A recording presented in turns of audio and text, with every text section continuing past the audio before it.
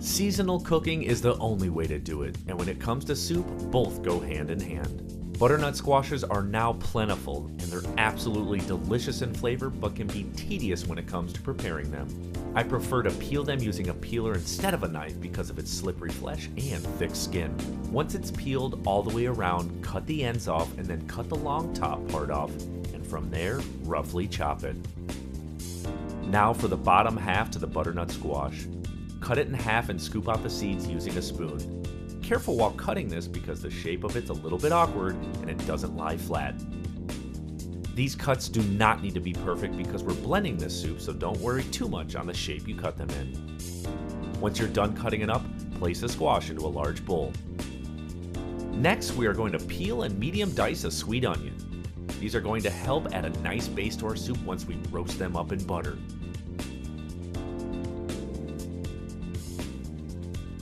Once they're cut up, transfer them to a small bowl. What would a soup be without garlic? Trim off the ends and then using the flat part of your knife, smash them up.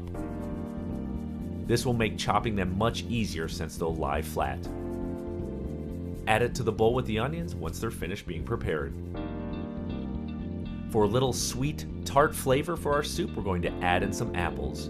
If you want all sweet and no tart, I recommend using a Honeycrisp apple. Me, I'm all about balance, so peel and core some Granny Smith apples.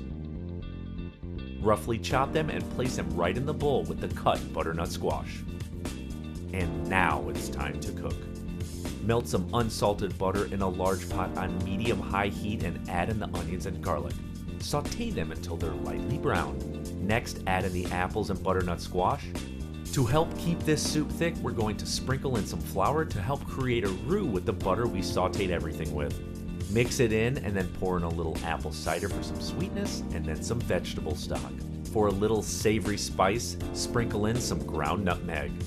Place the lid on and simmer over low heat for about 30 minutes. To make all of these flavors well infused into this soup, we're going to puree it in a blender until it's smooth.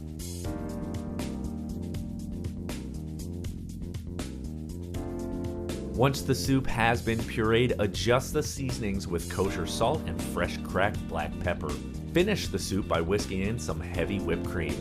This soup was made for delicious garnishes, so I'm going to add on a few crispy herb croutons, pepitas, and for a little more flavor, some pomegranate seeds. Lastly, finish it off with some goat cheese and fresh thyme leaves. Amazing.